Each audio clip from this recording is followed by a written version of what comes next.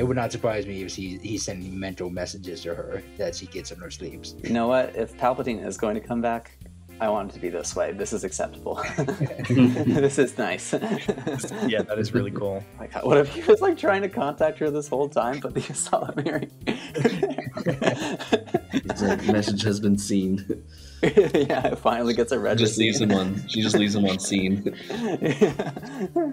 Hello there. You found the Lost Holocron, an ancient artifact of lore and legends from a galaxy far, far away. Each transmission of the Lost Holocron, you will join an episodic discussion of media from the Star Wars universe. We will be your guides. I'm Tim, and I'm joined by Kyle. Backstreet's back, baby. Scott. I feel like you did that one already, Kyle. And Stuart. All right. Yeah. We will be covering the material up to and including Chapter 5 of Dark Force Rising. Stuart, what happened so far? Ooh. In her veiled past, Mara Jade was the Emperor's hand, a high-functioning operative with a mental connection directly to the Emperor. With his assassination at the hands of Luke Skywalker and the Rebellion, she holds a deep hatred for those who wrought her ruination. She has spent the interstitial 5 years tortured by her fragmented force powers. That is, until she came into the employment of Smuggling Lord Talon Karrde on Myrkr, where the indigenous ysalamiri create bubbles that neutralise the force. Several weeks before, Karrde declined to participate in a hunt for Luke Skywalker, but on the return from a mission, Mara dropped the Wild Karrde out of hyperspace to find his X-Wing stranded in deep space. Under the protection of the ysalamiri, Karrde detained Luke at his base of operations on Myrkr while he decided how best to proceed. New Republic representatives Han Solo and Lando Calrissian arrived on his doorstep with a proposal. However, this too Karrde declined. His values of honor and independence collide when he receives a surprise call from the astute and vindictive Imperial warlord Grand Admiral Thrawn. In the balancing act, Skywalker escaped into the wilderness pursued by Mara. Thrawn left a contingent of stormtroopers to assist in the recovery of the missing persons, forcing Karrde to ally himself with the New Republic to cover up his initial deception. To escape Thrawn's retribution, Karrde and Mara uprooted the organization from Myrkr and made to leave the system. Karrde gambles on staying behind to collect intelligence from the Imperial strike, barely averting capture owing to Mara's precognition, which exposes her secret force sensitivity. And Scott, what happened in Chapter 5? All right, Chapter 5. Karrde has retreated his organization to Rishi. Mara bickers with him over having chosen such a populous location, and to avoid addressing her past, she pushes Karrde to elaborate on a deferred conversation. He shares a memory of stumbling upon what he suspects to be the Katana fleet, a scandalous fleet of several hundred slave-circuited warships lost sometime before the outbreak of the Clone Wars. With an Imperial bounty on warships, he believes it may be pertinent to delivering them from Imperial ire. They are interrupted with a request for supplies, which Karrde sends Mara to collect from one of their caches. On her way, Mara tracks, then is ambushed by a bounty hunter. With her re-emerging force powers, she manages to distract him long enough to turn the tables. Returning to the storehouse, Mara tells Karrde of her run-in, and they promptly order the retreat. That night, Mara experiences a relapse of harrowing, force-induced dreams. All right. So I want to remind everybody, well, I went back to reread the chapter that Mara referenced about deferring this conversation of the Imperial warships. And so it's just as, what chapter are we in? It's in chapter 22 of Heir to the Empire that Karrde has to receive the phone call from, or the telecommunication from Thrawn, that he does that like bait and switch with the Pelion. And at the end of their conversation, which Thrawn is there to collect more ysalamiri, Thrawn mentions that I'm sure we can find topics of mutual interest. For example, I'm in the market for new warships. Long practice kept any guilty reaction from leaking through Karrde's face or voice, but it was a near thing. Warships? He asked carefully. And after their interaction finishes, Mara clocks him on that and says, "What's all this about?" And he says, "Well, now's not the time. We've got guests and more guests and further guests, so please proceed with the the hospitalities that we must continue with. So it was only very briefly, but that is the interaction that Mara is saying, well, hold on, please tell me about this. And then we get the description of which one do you like, eponymous or titular, Tim? Eponymous. He does not like titular. I am so sick of titular. It's everywhere. Well, now I'm mad because my next introductions are going to be of the things you don't like, and yours is going to be titular. Don't worry, Kyle. There's plenty of things I don't like. Can't wait to hear what I don't like. Well, now you won't. It's been canceled. Like season 4 of Santa Clarita Diet. You'll never see it. What? So yeah, the Dark Force that is referenced in the title of the book, Dark Force Rising. One reference. I still like Kyle's idea that it's going to be the Dark Force rising out of. No, it's totally wrong. It could be a play on words. Yeah, It still could be. You know, Yeah. it doesn't have we to. could have multiple meanings. Yeah, exactly. Yeah. Like heir to the Empire is, Thrawn's current goals to continue the Empire, but also the literal heir to the Empire in Lady Vader. Right. I was really disappointed with Mara Jade in this one because when I was listening to it and she gets captured when she gets tricked by the guy who like basically set up a little decoy, my first thought was like, is this blue scarf referencing somebody? It's very specific. It's a very specific piece of obvious clothing. So it's a reference, I feel. But then I was like, oh no, she went around the corner and saw it there. I was like, oh, it's a trap. This is clearly a trap. And she was so on it up to this point. I was like, she's clearly going to see it as a trap. But then she fell for it. I was like, oh, okay. Right. This feels like a trap I would set up. Yeah. Yeah, she's supposed to be like some amazing, badass, assassin trained by the Emperor himself, and she fell for this stupid little decoy. She fell for something that I do to my cats sometimes. Right. I don't know. I like this one. I thought it was very genuine because she was underestimating him the entire time. It was like, oh, he's probably such an amateur, and then that kind of hubris. That was funny. Came and bite her in the literal ass. Yeah, yep. And I do think from a narrative perspective, it is important to put her in a moment of desperation to get her to keep unlocking her force ability again. Because otherwise, she's just going to keep repressing it. That's fair. Yeah. Story-wise, yeah. But otherwise, I have no idea why she would have followed this random I just think the sketchy area. I would have just been like, no, goodbye.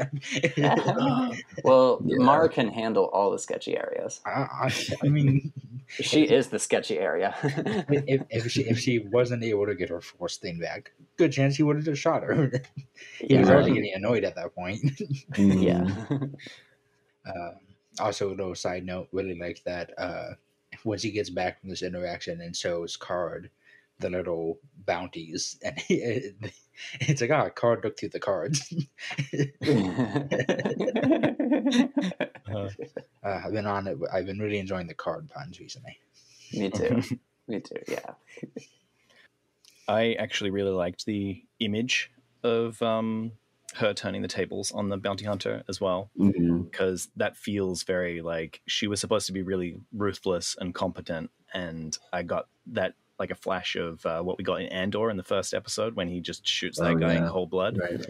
I feel like that was Mara in that moment. I was like, yes, this is the image that I want.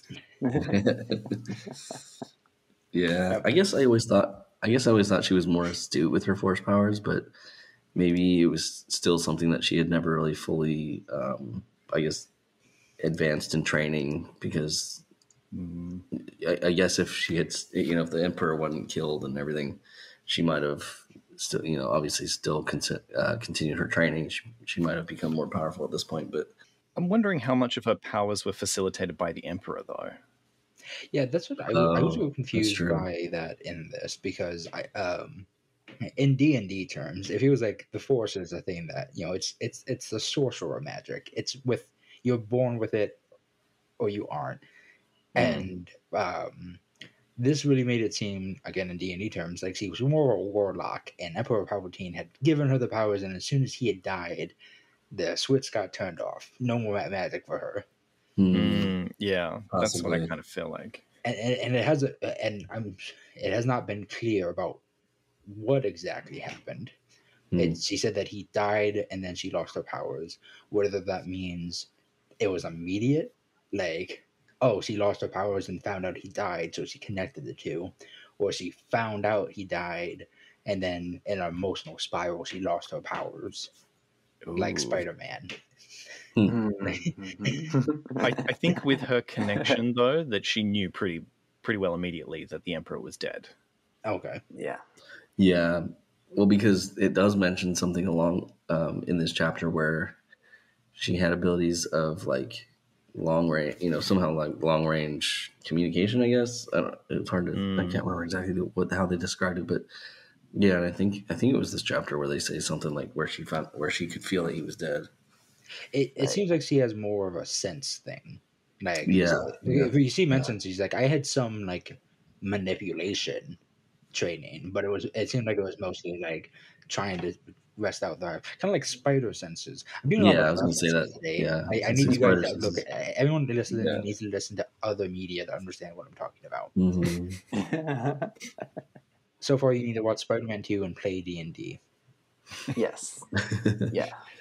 I think you're pretty much on the money, though, that she has that kind of perceptiveness, but she doesn't have like direct control over these powers, and any direct control that she did have might have been kind of like mind reading or other kind of more of passive skills.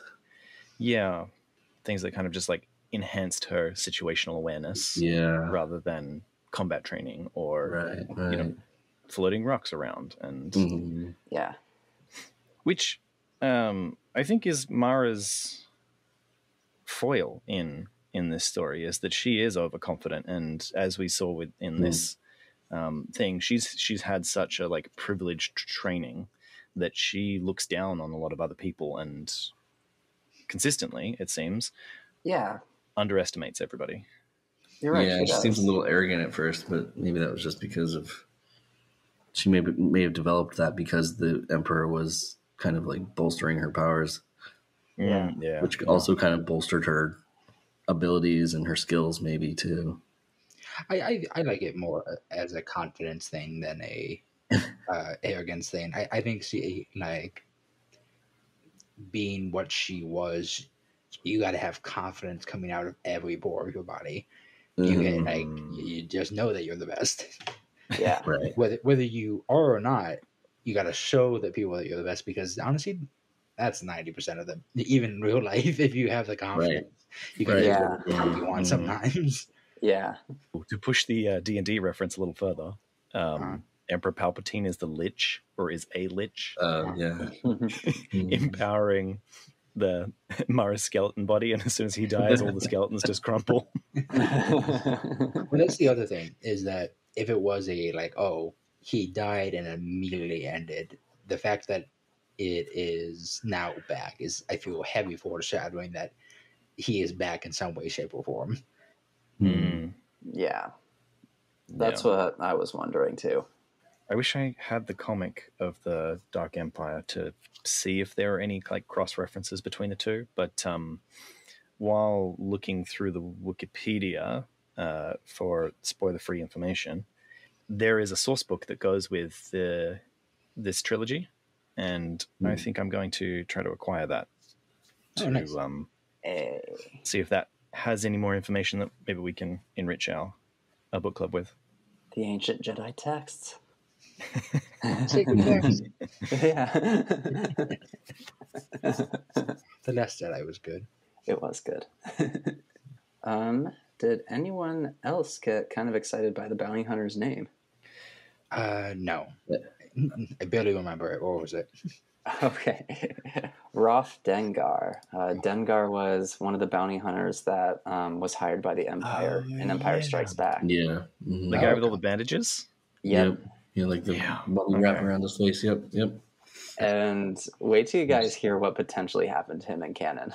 Okay. Because there's a guy that looks a little bit like him in Rise of Skywalker, but like a really, really messed up version.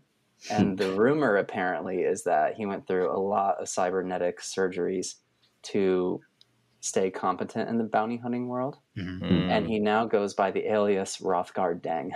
Oh, he's gonna man the machine now. Okay. Interesting. Exactly. Yeah, he's like Vader as a bounty hunter. Huh. Cool. Like those stupid punk kids from the Boba Fett show. Here, I'll link what he looks like in the chat for you guys. I just remembered why I didn't remember the bounty hunter's name. I was too busy thinking about everyone else on the crew's name, like Chin and Dank. Oh, yeah. Dankin. And Dankin's a great name. Dinkin. I want to work with Dankin. I'm going to start calling Dunkin' Donuts that. Oh, he kind of reminds me of he reminds you of those guys from Doctor Who. Oh, the Cybermen? No, the ones that are like are bred for battle. Yeah. Yeah, he looks name. kind of crazy. Hrothgar. I like in his little information profile here, it says cybernetics, everything except face. Oh, that's right. Yeah, holy crap. Oh my god, he's one ugly. He is. And we do not know if he survived. Hrothgar Den or Dengar Hrothgar? Hrothgar Deng, because he was on Kijimi, Kijimi, which was that one? the snow planet that got blown up. I need to The one that we meet Babu Frick on. possibly consider rewatching that movie. Yeah. But do you think that was real? No, it's Dengar Roth and Dengar? Hrothgar Deng. Yeah, so is Dengar and... You don't think it's the same guy, do you? It's potentially the same guy. I would believe it, especially with how similar the names are. It just may be the Legends guy, you know. Yeah. All sorts of weird stuff with Legend and current canon. It's Dengar's son. Because he had a lot of cybernetics. I think that would be part of the description, though. So maybe it's like an alias to put blame on other people if he's caught by local authorities or whatever. Because I could see that being a bounty hunter trick of like giving other people's names so that your competition can't come back in. Oh, that's fair. Oh, I kind of got the impression it was a fake ID anyway. Yeah, same. I want to look through the Legends article and see if it mentions anything. I did that earlier, and apparently it's they're counting them as two different characters, but that might be from the lack of material to connect them. Gotcha. Yeah, well, we potentially have Dengar then. And we potentially don't. Dengar dead. I guess we'll find out. Although if we go into the sources, appearances for Dengar in Legends, he appears in media that comes after this as well. Interesting. The Dark Empire trilogy that I have talked about, that happens the year following this.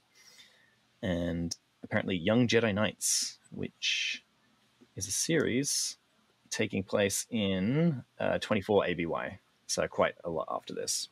Oh, interesting. I guess we'll find out, because canon's always been a bit weird at the same time. Yeah. Yeah, I mean, we have two versions of the Clone Wars currently. In Legends, that is. Not in canon, right. my bad. Yeah. Well, I was thinking about this the other day, and I'm thinking that, like, because I saw a Reddit post about what did we think happened in the Rise of the Empire era before the movies were made in 1999. And I thought that was probably an interesting thought experiment that we should continue of, like, well, given that those things don't exist, what, based on the material that we're reading now, what does it look like? Which I know we've done a bit of speculation on, and I feel like that would be quite true to the books that we got here. And I mean, like, it's a dime a dozen the Star Wars fans that can tell you, like, how things actually went. But yeah, speculating with only the material at hand, I feel like and reference material in this material. I gotta say, the description we got of Jorah Sabayoth's past in the last chapter was pretty wild for me to read. Yeah. Like, this dude went to college and then was a Jedi. Yeah. But Luke is too old to train, so... Yeah. Right. He hadn't even gone to college. He was, I think, 22 in Empire Strikes Back. All he had was a forged GED from Tothy Station. Okay, and so what else have we got here? So we've finally got a description of this Katana fleet, which is more than 200 ships, right? Mm-hmm. And they are giant warships that, rather than requiring 16,000 men to man, they only require 2,000. So even with warships of 200, that still requires about 2 million people or 4 million people to man all these warships. And they're all zombies. They're all zombies. Right. I was always kind of wondering why they don't use more, like, AI systems, I guess, or I guess in this case, slave systems or whatever. It seems to me like they could have a lot of that, like droid programming integrated into the circuits and such to have it do just like everything to the point where it's almost automated. Maybe, like this is suggesting, is that it led to a lot of unpredictability. Yeah. In these things, and like, although you think you've got a lot of top-down control because you're controlling the AI, that just because of how diverse and big that AI is, you just can't account for all the random variables or like different systems crashing or just for it to be aligned in your goals that it does this thing. Although, well, maybe we'll come back to the hive virus in a second. But Yeah.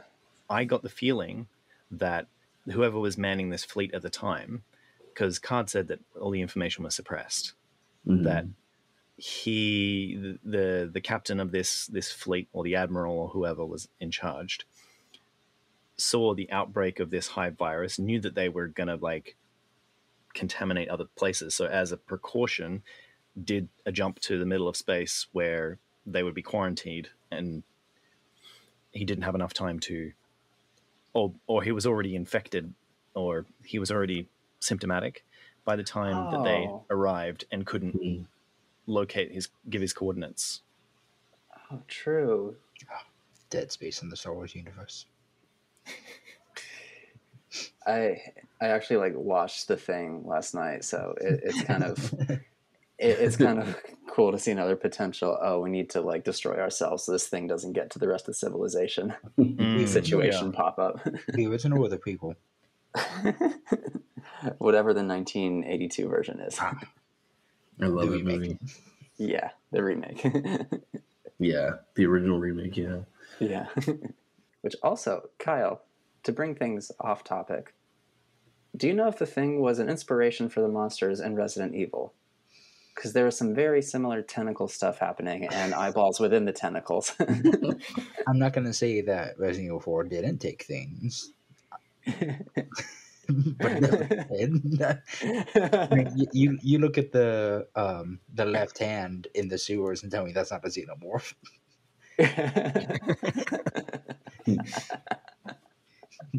Right. But also tell me that's not a cool ass fight. It's a great fight, yeah.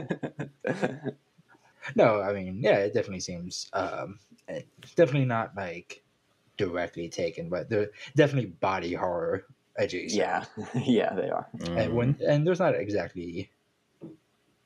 huge amount of body horror stuff. So, but I mean, like, some of it all looks the same. What's that one? Yeah, I'll have to look up the name of it, but there's one. I'll have to tell you about it later because it's freaking wild. Okay, no worries. Now to connect it to Star Wars, Resident Evil also has hive viruses. Hey. So, what do you think a hive virus is? I think it's an organism that is connected through one consciousness that infects people. Yeah, okay, that makes sense. Yeah, that's my interpretation. Yeah. Now, what level of sentience is this? Do you think this is on? Like, do you think it's like? Ooh. I mean, I think like the sentience comes from like the orchestrator, whereas everything else is just like a mindless something following orders, kind of like the Tyranid from 40K. It's like they have like their hive minds, and everything else is just a bug. Yeah, I get that, but I mean, like, for the overall orders, do you think it's like in World War Z, for example, it's just like they do have a overall kind of hive sense of themselves, but their only goal is to reproduce. Or more references for you guys in Rick and Morty. There's that one organism that takes over large swaths of people and basically controls all of them with a very high intelligence. They communicate to each other. They speak to each other. They're able to speak to other people. Was that Rick's ex? Yes. Yeah. Yeah, I remember that episode. Oh yeah. So I'm curious what level this hive is at. Yeah. I mean, they said that it leveled planets, so I would guess that there's some level of coordination akin to ants, maybe a hive of ants, but probably not any higher than that, because if what I said before is correct and they jumped to as a quarantine measure, that whatever intelligence was left over didn't have enough intelligence to then signal, hey, come get us, we're fine now, and potentially trap and spread further. So we have a hive mind of ships with a hive mind crew just floating out in space. I love that. That's so creepy. This is way more exciting than Thrawn, in my opinion. Yeah, I love the idea of it's a lot more horrible ominous. sentient disease with dreadnoughts in the deep space. Yeah, that does sound pretty cool. It's a lot more ominous. Terrifying. What if it's just out there conquering other galaxies this whole time? Real quick, maybe I wasn't paying attention enough. What was up? Like, if one ship thought something went wrong, then the entire fleet just light spaced in a random direction, or what happens? I thought they connected together, right? Yeah. So you have to slave them first before they will coordinate. But I do think that whatever happened, the commander of that area said, "Okay, everybody slave up," and they power ringed together. Oh, okay. And then Captain Planet just zoomed them out of there. Yeah. Another possibility, like if this is a hive mind virus that just causes insanity, is that he was just insane and hit the button and they just happened to go out. Again, it depends on the level of intelligence this thing has, which we don't seem to know yet. The little intelligence. Yeah. So if it is a bigger intelligence, I think if it was smarter, it would be piloting the ship around. But I think the fact that he just kind of found it out there floating with some semblance of power going still, it's terrifying. Yeah. Oh man. Ooh. I'm just hearing about Oh man. This is where the Star Wars horror movie should be set. Oh, exactly. I think that'd be a great one.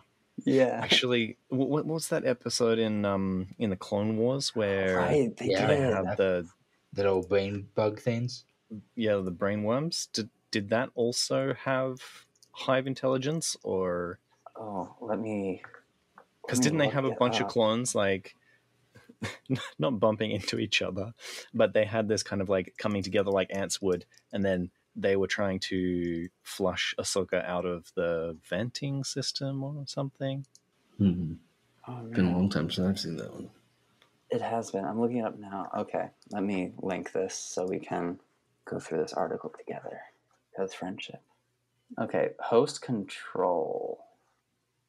Parasitic worm from the planet Geonosis, capable of entering the body of a host and taking control of it, and had the potential to control entire societies. That sounds like something of a hive mind to me. Oh, yeah. Yeah, definitely.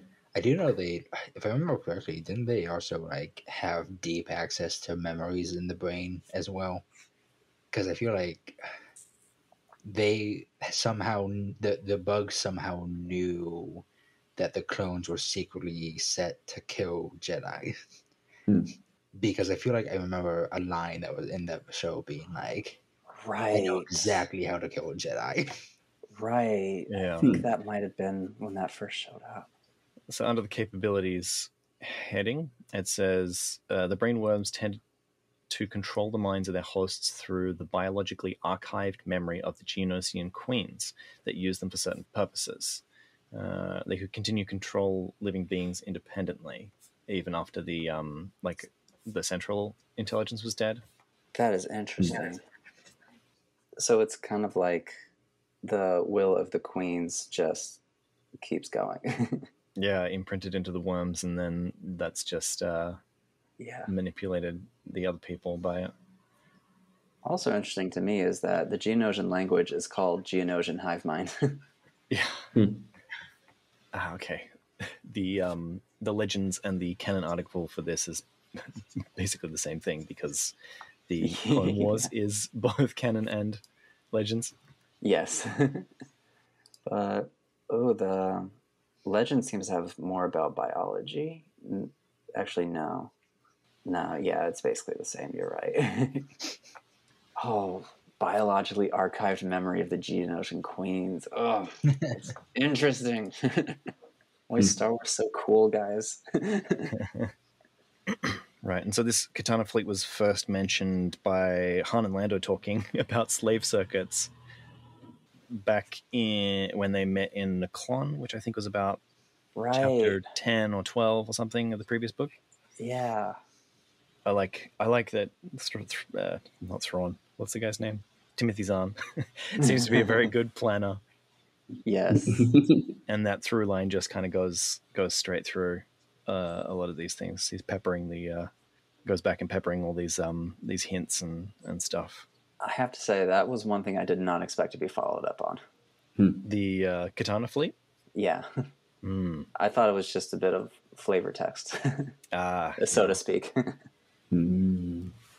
I wonder how much of this stuff is flavor text though, because as you go through it, there are some things that will be followed up on and other things that won't. And I think there's there's probably a good ratio of flavor text to MacGuffin dropping that it's like constant mystery boxes.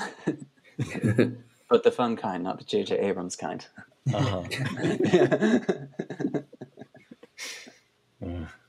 And so they mentioned some sort of wordplay about Dark Force being funny or witty or clever or something. I couldn't come up with anything. I came up with a few. Dork Force. Dork Force.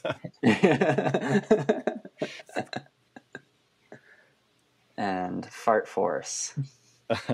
And Dark Fart. The only snarky comic I came up with was they went dark. The Dark Force went dark.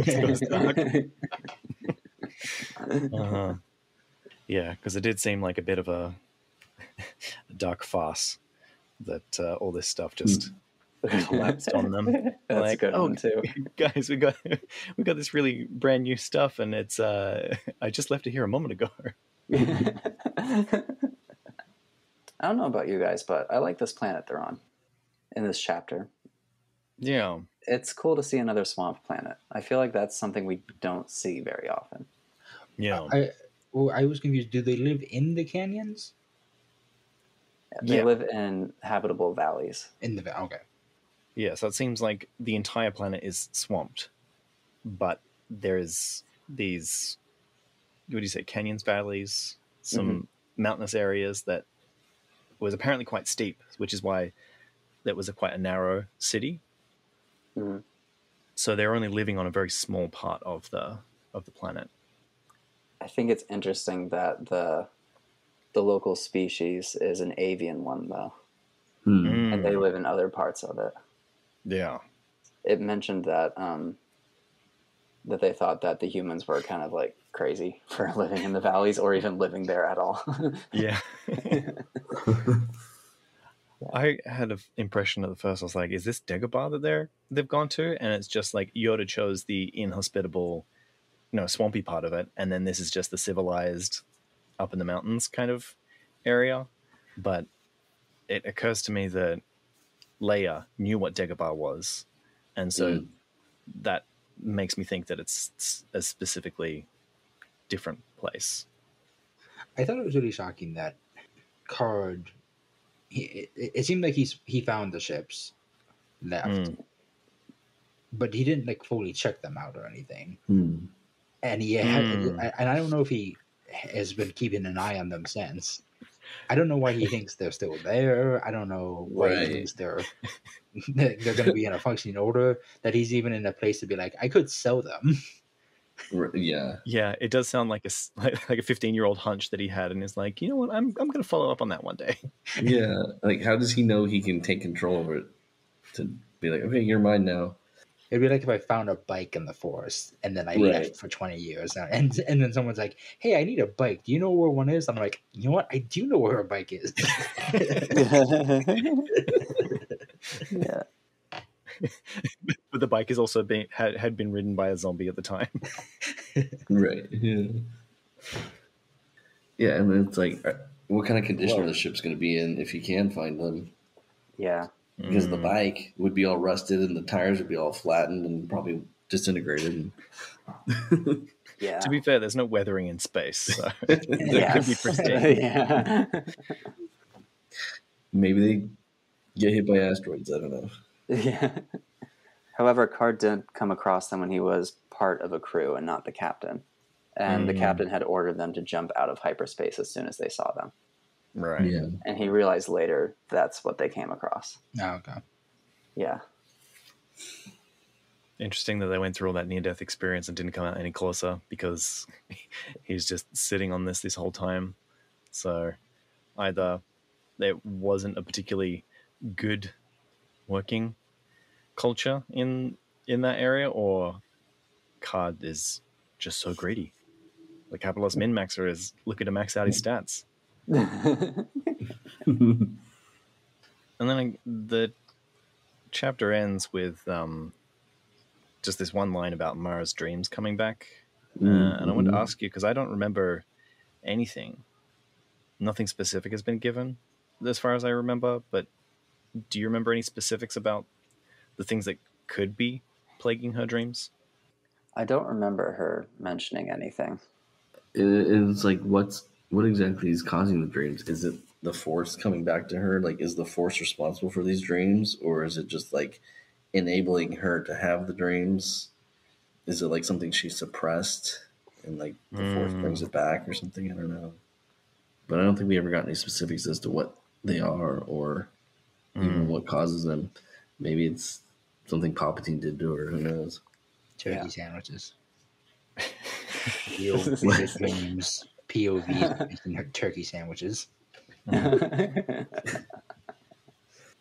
wonder if it's some kind of childhood trauma that she's reliving or being forced to relive. Yeah. Oh. Or maybe there was some kind of like torturous experience involved with becoming the Emperor's hand. Maybe with making that connection. Like initiation or something. Yeah. Maybe it's orders. Oh. the sleeper agent inside her that's... Oh no. I mean, I doubt that, when she's deep in cover, she got a lot of messages sent to her by Palpatine. And if he's the thing giving her the powers, I'm sure he's just kind of... It would not surprise me if he's sending mental messages to her that she gets in her sleeps. Basically. You know what? If Palpatine is going to come back, I want it to be this way. This is acceptable. This is nice. Yeah, that is really cool. Yeah. Like, what if he was like trying to contact her this whole time, but the ysalamiri? He was just like, is she ignoring me? God, that means the dreams are going to suck. It's like, message has been seen. Yeah, it finally gets a red. She just leaves him on scene. Oh, you know what? Yeah, that'd make a lot of sense if she's been... Palpatine died. quote unquote died, Yeah. was weak and couldn't do anything for a while, has been trying to reach out to Mara, but she's been on anti-force lizard planet this entire time. Her cell phone's been off. Right. And then, now that she's away from it, the signal's back up. I don't know. I'm surprised Karrde didn't take a handful of ysalamiri with him. Yeah. Yeah, I thought that was going to be the case. Basically just scoop up as he ran by. Yeah. Throw them in a bag. Just everybody shoving lizards into their pockets as they're walking out. Yeah. Real quick side topic. I was reading an article that was like, if there's a fire in your home and you have cats, the best way to gather them up is just grab a pillowcase and just throw them in there as you're leaving. Good reminder.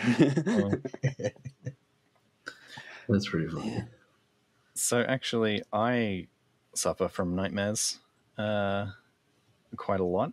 I'm on medication that helps with that. But what happens in my nightmares is not things that are happening to me, but re-experiencing very difficult emotions and experiences of my past. And so I'm wondering if that's what's happening to her. Is like, it's not something that's torturing her at the moment, but that experience that she had when the Emperor was killed, that the immense pain or the, like, I don't know, tearing him out of her skull at that point is just being re-experienced by her brain by the Force when she's dreaming these things.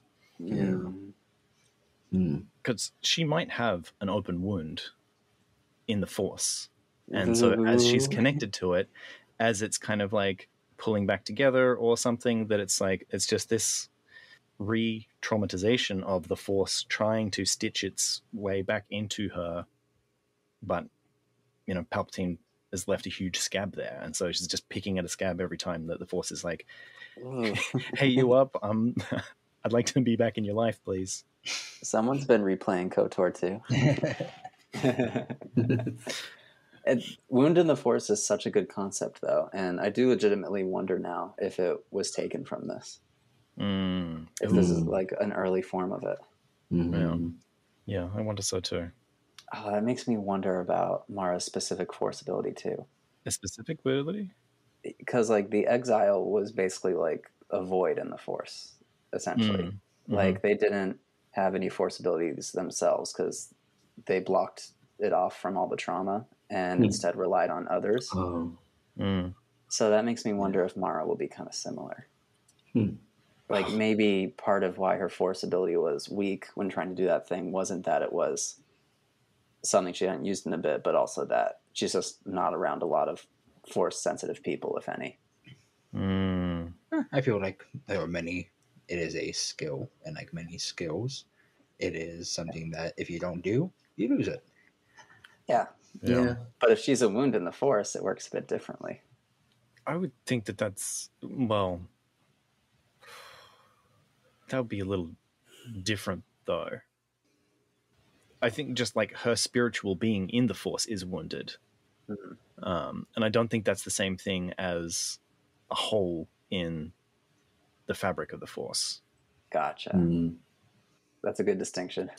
Which I can't remember if the exile is one of those things, because Scion definitely was, and Nihilus definitely was.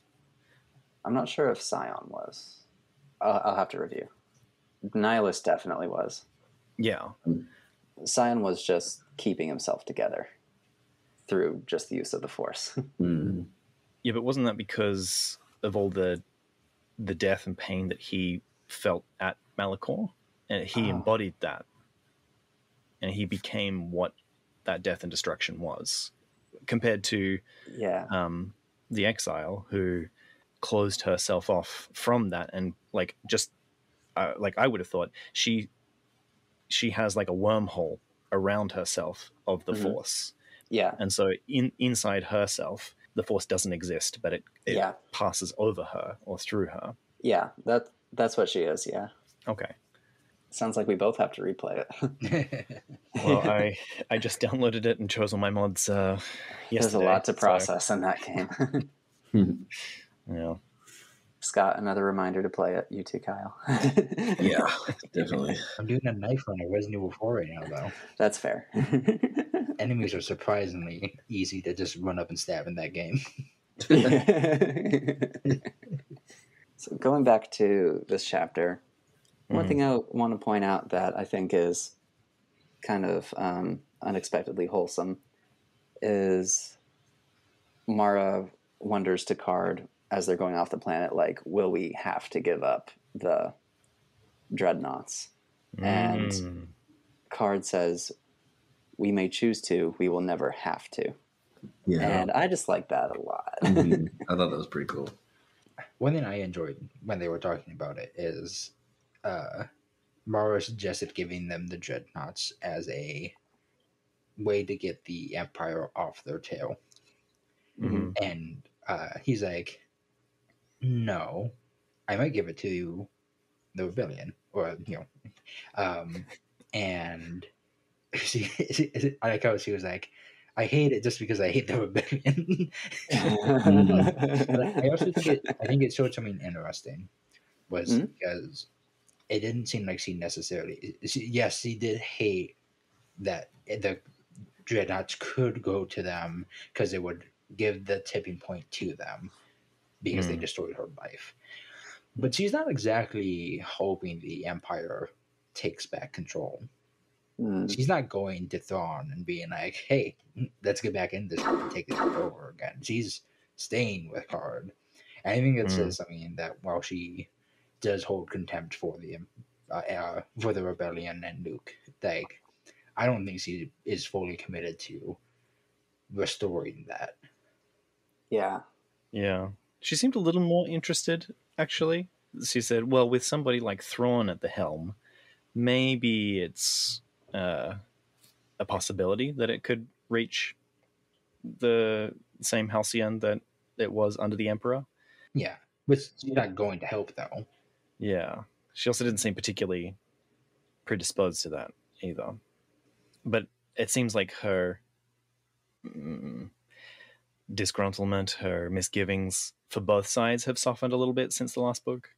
Yeah, she didn't say like how much the hatred burned within her or that she hated the universe or whatever. She's just like, oh man, I would hate for that to happen. And then she kind of just moved on. Yeah. She didn't start bleeding out of her ears when thinking about it.